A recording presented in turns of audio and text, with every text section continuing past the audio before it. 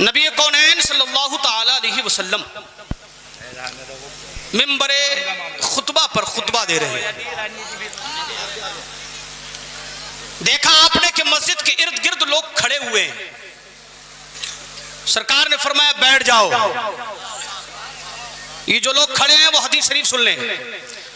सरकार ने फरमाया बैठ जाओ। मुस्तफा करीम ने जुमे के दिन मिंबरे खुतबा पर खुतबे के वक्त अपने सहाबा को देखा कि मस्जिद के इर्द गिर्द खड़े हैं। क्या फरमाया? बैठ जाओ। जिसके कानों में आवाज पहुंची वो बैठ गया। यहां तक कि हजरत अब्दुल्लाह इब्ने मसूद साहबी रसूल घर से निकल रहे थे, रोड पार करना था, रास्ता उबूर करके मस्जिद पहुंचते, लेकिन जैसे ही कानों में आवाज आई मुस्तफा के सहाबी, मुस्तफा के गुलाम वहीं बैठ गए। मैं तकरीर करने खड़ा नहीं हुआ हूं कि मैं आपको लंबी चौड़ी तकरीर करना है। 10, 15, 20, 25 मिनट जो भी बोलूंगा मैं कोशिश करूंगा कुछ पैगाम दे जाऊं। तकरीर तो आपको मुफ्ती साहब कुल्ला आ रहे हैं, उनकी सुननी है। सरकार ने फरमाया बैठ जाओ। अब्दुल्लाह इब्ने मसूद वहीं बैठ गए, रोड पार करके मस्जिद में नहीं आए। सरकार ने पूछा अब्दुल्लाह वहां क्यों बैठ गए, वहां क्यों बैठे? मुस्तफा करीम सल्लल्लाहु अलैहि वसल्लम के गुलाम ने अर्ज किया सरकार आपने फरमाया बैठ जाओ तो बैठ गया। आपने कहा बैठ जाओ तो मैं बैठ गया। अब्दुल्लाह तुम वहां क्यों बैठे? मस्जिद में आकर बैठना था। सरकार के सहाबी अर्ज करते हैं या रसूल अल्लाह अब्दुल्लाह में इतनी मजाल नहीं, आप कहे बैठ जाओ तो फिर मैं चलूं आगे। ये मेरी मजाल नहीं कि मैं बैठूं ना खड़ा रहूं। अल्लाह अल्लाह अल्लाह अल्लाह। अब सुने वो लोग जो खड़े हैं, यहां जो उलमा हुक्म दे रहे हैं ये उलमा नबी तो नहीं है, नबी के नायब जरूर है। जी बेशक। इन्होंने कहा बैठ जाओ तो बैठ जाना चाहिए, हुक्म तो यही था और खामोशी से बात को सुनना चाहिए। मैंने हदीस से मुस्तफ़ा पढ़ी, मुफ्ती निजामुद्दीन साहब तुल्ला ने बड़ा अच्छा पैगाम दिया। मैं एक पैगाम देने आया हूं। ये महफिल है रज़वियों की।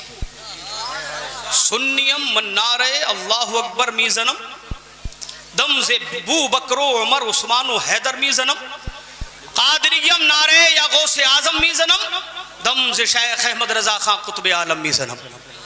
हम सुन्नी हैं, रज़वी हैं और अल्हम्दुलिल्लाह फ़ख्र है हमारे पीरो मुर्शिद की निस्बत पर अजहरी है। ऐसा पीर मिलता नहीं है। पीर बहुत हैं लेकिन खुदा की कसम बेमिसाल पीर। हम ये नहीं कहते पीर गलत हैं, जो गलत है वो गलत है, बहुत अच्छे अच्छे पीर भी हैं, लेकिन अच्छे पीरों के दरमियान मेरे पीर और मुर्शिद की मिसाल ऐसी है जैसे आसमान में सितारे और सितारों के दरमियान चांद होता है कि सारे सितारे उसी चांद से रोशनी पाते हैं। खुदा की कसम सारे पीर एक तरफ उनके दौर के और मेरा पीर एक। हाय हाय हाय, बस्ती बस्ती करिया करिया, इल्म का दरिया फैज का दरिया, फैजाने सरकार ताजु शरिया। वाह वाह वाह वाह, क्या बात है, सुभान अल्लाह सुभान। मेरे पीर ने कहा जिंदगी ये नहीं है किसी के लिए। वाह वाह वाह, जिंदगी है नबी की, नबी के लिए, नबी के लिए। हाँ हाँ, मसलके आला हजरत पे कायम रहो। जी, जिंदगी दी गई है इसी के लिए, इसी के लिए। और ये शेर जो सुना रहा हूं जी, ये आपके लिए भी है, मेरे लिए भी है, और मिंबर नूर पे जो उलमाए किराम बैठे हैं, मैं किराम बैठे हैं, इनके लिए भी है। सारे फतवे तुम्हारे लिए नहीं है, फतवे हमारे लिए भी है। जी जी। हमने एक वहाबी का निकाह छोड़ा, हमारा ये इमाम पढ़ा गया गया। जी सुनिएगा, ये माजरात गुस्ताखी की माजरत मैं सबको नहीं कह रहा हूं, कौम हमसे शिकायत कर रही है। जी, करिए तुम्हारा एक मौलवी कहता है वहाबी का निकाह मत पढ़ाओ, दूसरा पढ़ा के चला जाता है, हम क्या करें? वो भी मौलाना कहता है अपने आप को, वो भी अपने आप को मुफ्ती कहता है। तुम छोड़ के चले गए, वो पढ़ा के चला गया, हम किसकी माने? मैंने कहा किसी मुफ्ती की, किसी मौलवी की मानने की जरूरत नहीं है, किसी इमाम की मत मानो, इमाम अहले सुन्नत की मानो। हाय हाय हाय, क्या बात है, वाह वाह। इमाम अहले सुन्नत की मानो। और इमाम अहले सुन्नत ने अपनी बात नहीं बताई जी। फिर रहे आजकल ये, पहले हम देवबंदियों से मुकाबले मुनाजरे कर रहे थे, अब एक कौम और निकल आई है। याद रखें मेरे मुस्तफ़ा की हदीस शरीफ है जी। आका इरशाद फरमाते हैं आखिर जमाने में एक कौम आएगी, तवज्जो सुनिए, सुभान अल्लाह बोलिए जरा, अब खामोशी सुनिए। एक कौम आएगी आखिर जमाने में, हमारी तरह होगी, तुगरे तुगरे जुब्बे कुब्बे, लिबास, ढंग, बोलचाल, कुरान हदीस, सारा काम हमारी तरह होगा। आका फरमाते लेकिन वो जहन्नम के दरवाजे पर खड़े होंगे। आखिर जमाने में वो जमाना आ गया है, जहन्नम के दरवाजे के तरफ खड़े होंगे, तुम्हें बुला रहे होंगे। जो चला जाएगा वो जहन्नम में जाएगा, जो बच जाएगा आफियत पाएगा। सहाबा ने कहा या रसूल अल्लाह अलैहिस्सलातु वस्सलाम उस वक्त हम क्या करें जी? आका फरमाते तलज़मु जमाअतल मुस्लिमीन व इमामहुम, सही बुखारी के हदीस शरीफ है। आका फरमाते हैं मुसलमानों की जमात और उनके इमाम की इत्तिबा करो। ये आजकल फिर रहे हैं जिन्हें इस्तिंजा करने का भी तरीका नहीं जी। आपसे तो डर लगता है भैया मुझे, मैंने कहा टाइम हो गया हो। हाँ वो मैं बयान कर दूंगा अभी। मैं जो पैगाम देने आया हूँ वो मेरे लिए जरूरी है। इस मदरसे की बुनियाद भी हमारे पीर और मुर्शिद के हाथों से रखी गई है। सुभान अल्लाह, सुभान। यही ऐलान था, चंदा वो लोग करेंगे जो मदरसा चलाने वाले। अल्लाह पाक इस मदरसे को तरक्की अता फरमाए। हदीस शरीफ सुने, एक जमात ये कहती फिर रही है कोई जरूरत नहीं, हिंदी में बुखारी शरीफ लाओ, पढ़ो, दीन तुम्हारा, यहाँ हाथ बांधो, पैर फैला लो, रफ़ई यदैन करते रहो, छेड़ाछाड़ी कर रहे। और जालिमों की हिम्मत देखो। अभी 2 दिन पहले मेरे पास लालपुर है, कुंडा चौराहे के बराबर में कौन सा गाँव है, वहां के इमाम साहब का फोन आया। इमाम साहब ने मसला बता दिया, कौम को समझा दिया, तो 2-4 वहाबी गैर मुकल्लिदीन ने उन पर FIR दर्ज करवा दी। कहा गए सुन्नी इनसे दोस्तियां कर रहे, इनसे निकाह कर रहे, इनसे शादी कर रहे, और कहते हैं क्या करें हजरत, मजबूरी है। खुदा की कसम ये मजबूरी नहीं है, ये तुम्हारे ईमान की चोरी है। जी जी जी जी, चोरी है। अरे अल्लाह तबारक व तआला ने मना कर दिया, ला तजिदु कौमन युमिनूना बिल्लाहि वल यौमिल आखिर युवाद्दूना मन हद्दल्लाह व रसूला। जो अल्लाह उसके रसूल से मोहब्बत करने वाले नहीं है तुम उनसे मोहब्बत करते हो, कैसे ईमान वाले हो।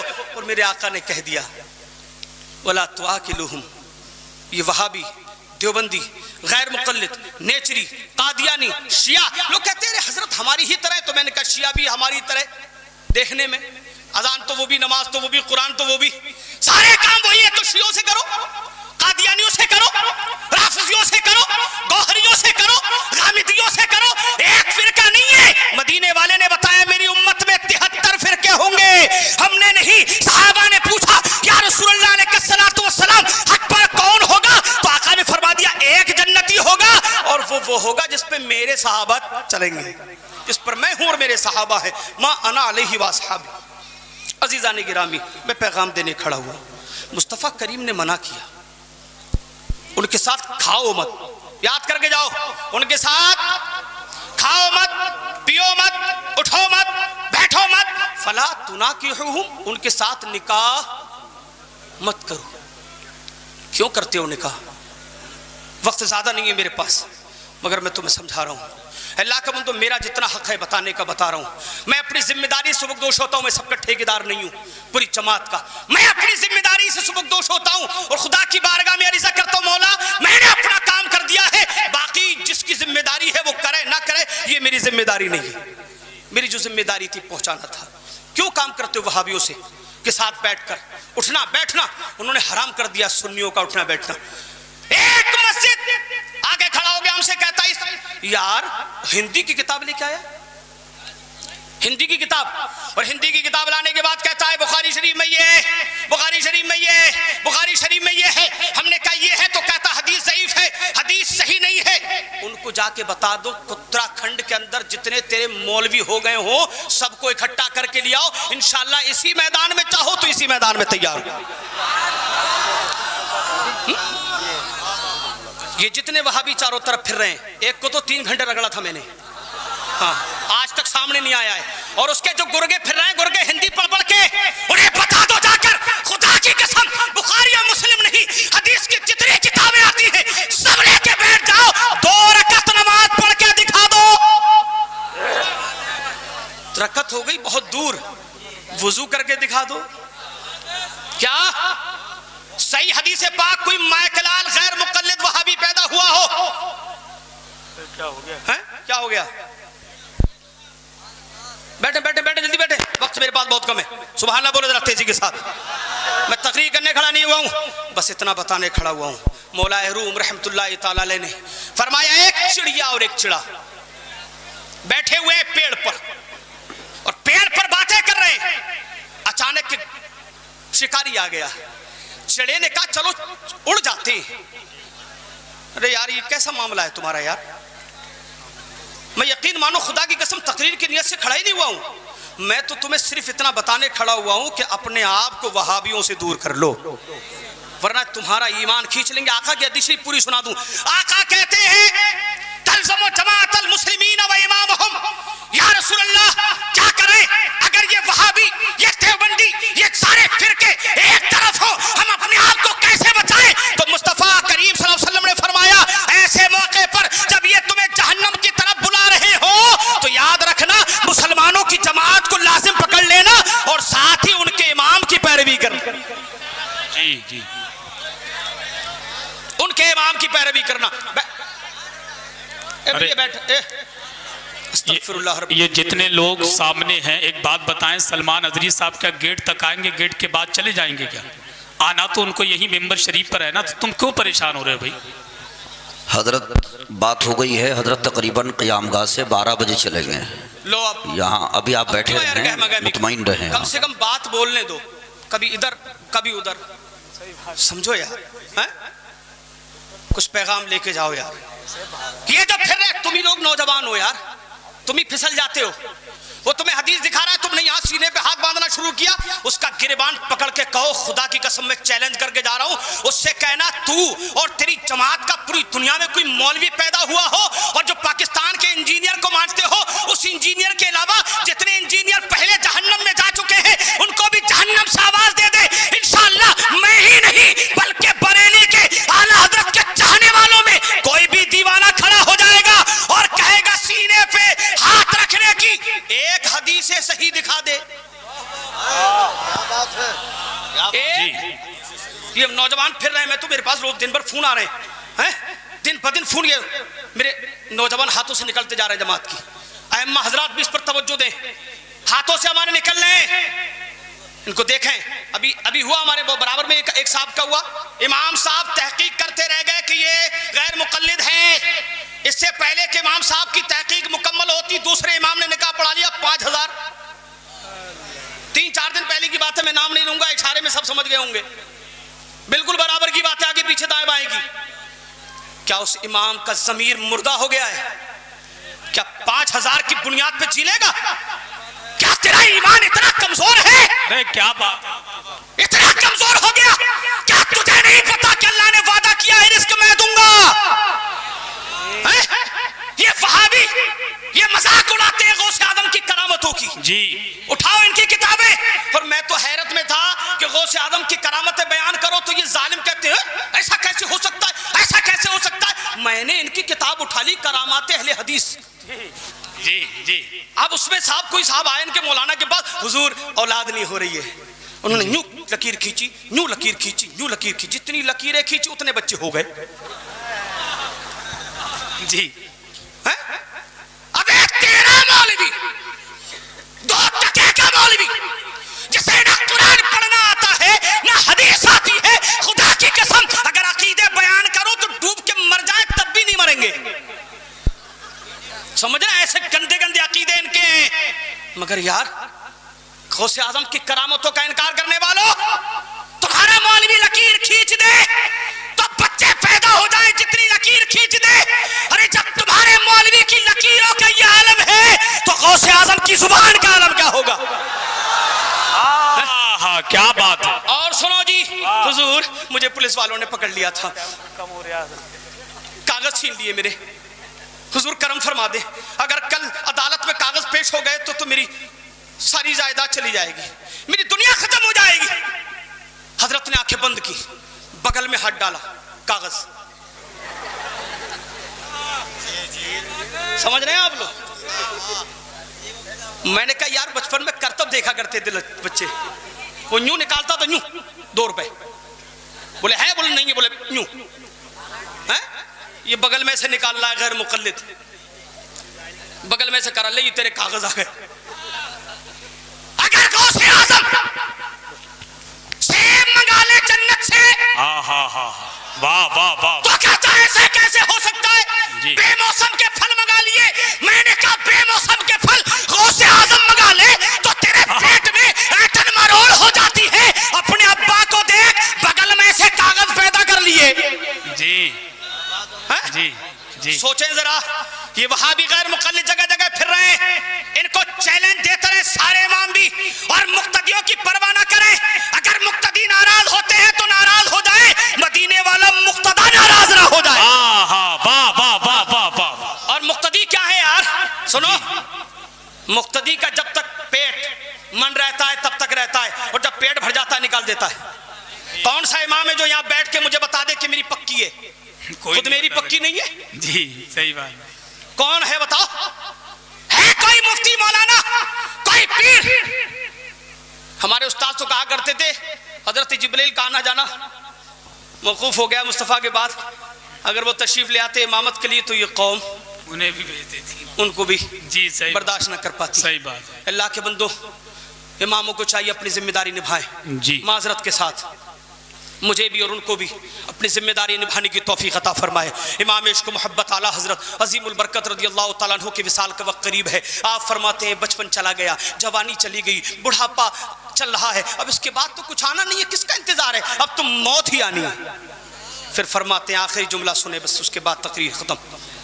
आला हजरत की वसीयत सुन के जाए। आला हजरत कहते हैं, ऐ मुस्तफ़ा की भोली भेड़ों, सब उधर देख रहे हैं, जो तकरीर का मामला ये होता है। आ जाएंगे तो देख लियो, कहाँ चले जाएंगे मुफ्ती?